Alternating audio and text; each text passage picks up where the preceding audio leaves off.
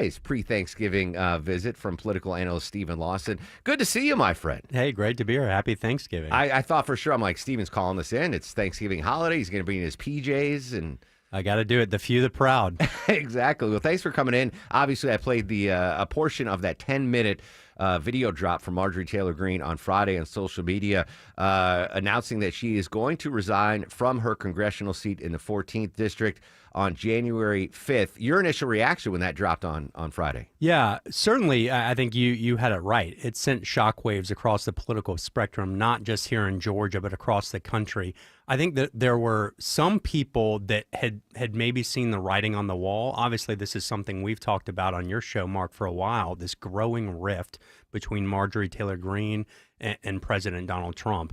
I don't think anybody thought that it would end with her resigning early from Congress. But certainly this has tons of ramifications, not just here in Georgia, but I think it also speaks to the dysfunction right now in Congress, in Washington, and this potential splintering in the Republican Party from those who feel like the Republican Party is not doing enough. It's not delivering enough on President Trump's agenda, but it's not delivering results quickly enough. And so I think she may honestly be a canary in the coal mine of things to come. And again, we've talked about it on your show, Mark. The margins are so slim in Congress.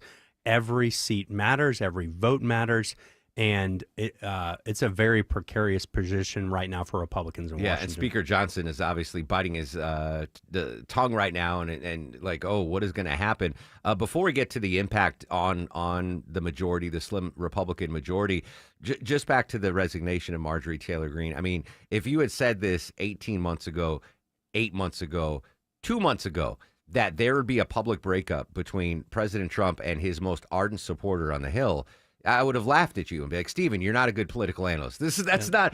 But it all goes back to just the Epstein files. Really, I know she criticized that they can't get the Trump agenda, and she threw some jabs at Speaker Johnson. But this all started with those Epstein files. It did. I think it's a little more complicated than that, a little more nuanced on that. We've talked about on your show, Mark, and your listeners will remember. A lot of this, I believe, stems going back to this summer when there were reports out that the White House was telling Marjorie Taylor Greene that she could not run for Senate here in Georgia based on her poll numbers that showed her losing by double digits to Jon Ossoff. I don't think she took that well.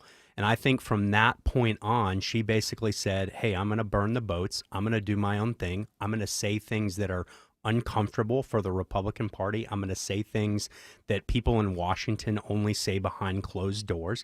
And look, she got a lot of credit. I think she was right to say Republicans need to do something about healthcare in this country. We recognize that Obamacare is broken and fixed, but Republicans need to come with a solution. Mm-hmm. I think you're seeing right now some of the fruits of that labor. I think President Trump is coming out and saying, hey, we're now going to put forward a plan to deal with this problem that we've got politically. So I think her evolution is certainly something that's going to be studied.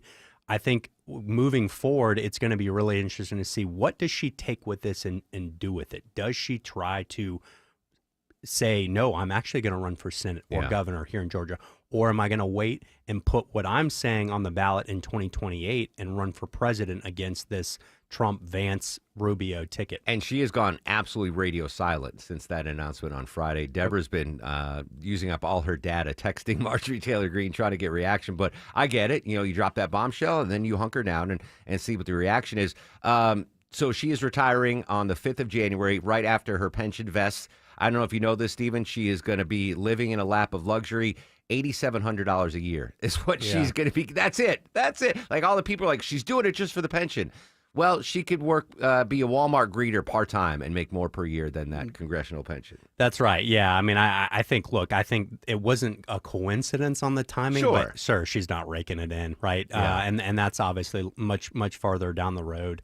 But yeah, look, I think that's going to be really interesting. So what's going to happen now is she, again, will resign effective January 5th. The governor will then have 10 calendar days to set a special election that cannot occur sooner than 30 days following that. Okay. So the earliest 40-day. Yeah, the earliest we could see a special election for this seat is probably early March. My guess is it's a little later than that. But the interesting thing here, again, going back to this, Mark, why that matters, the numbers are so slim. I don't think it's a scenario where the governor can wait until May 24th when the statewide primaries are to not have representation for that district, especially when the numbers in Congress are that low. So it's going to be really interesting to see. It'll probably go to a special election, which will be another election, and then you'll have the May 24th primary for the full term. So lots of elections going on in Northwest Georgia as a result of Marjorie's resignation. And the angst currently for Speaker Johnson is after January 5th, that's one less vote he's going to have in an already slim majority, which makes his job even more difficult. Political analyst Stephen Lawson joining us live in studio.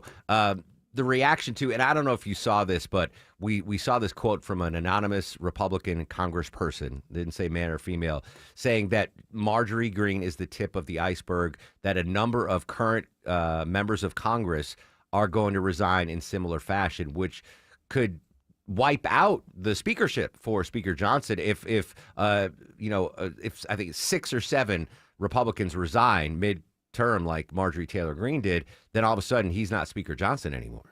Totally. And I think Speaker Johnson is really looking down the barrel of that scenario right now, right? And this was already a difficult job, right, to wrangle a majority based on such slim margins, but you lose Marjorie. If there's and I think based on what those comments from that anonymous source, that anonymous congressperson, there are more on the way. Marjorie Taylor Greene will not be the last Republican to resign before the midterms. And when you start going down that path, legislating in general was already very hard for Washington, D.C. to do. It's about to get a lot harder.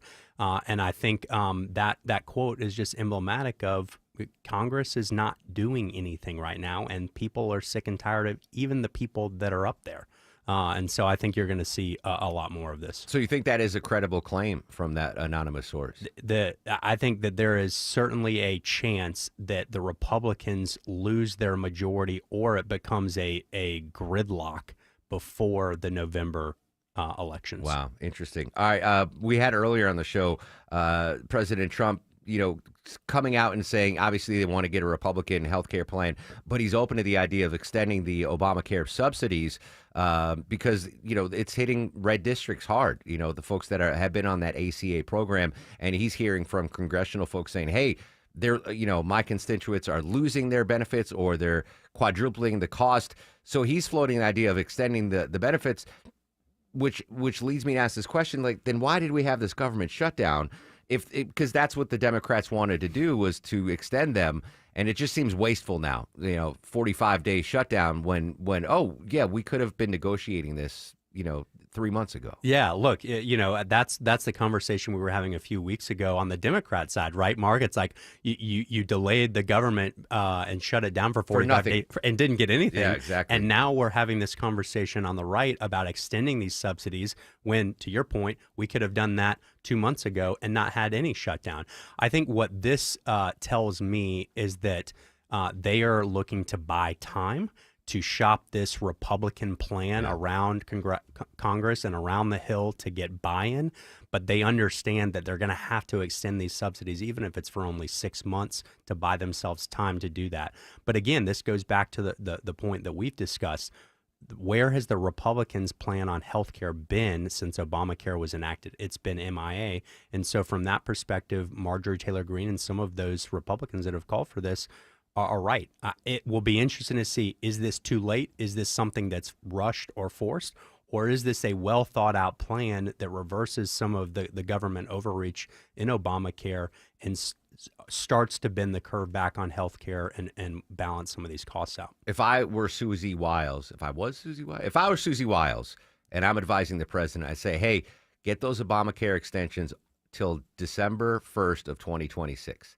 So it's not a thing for the midterms.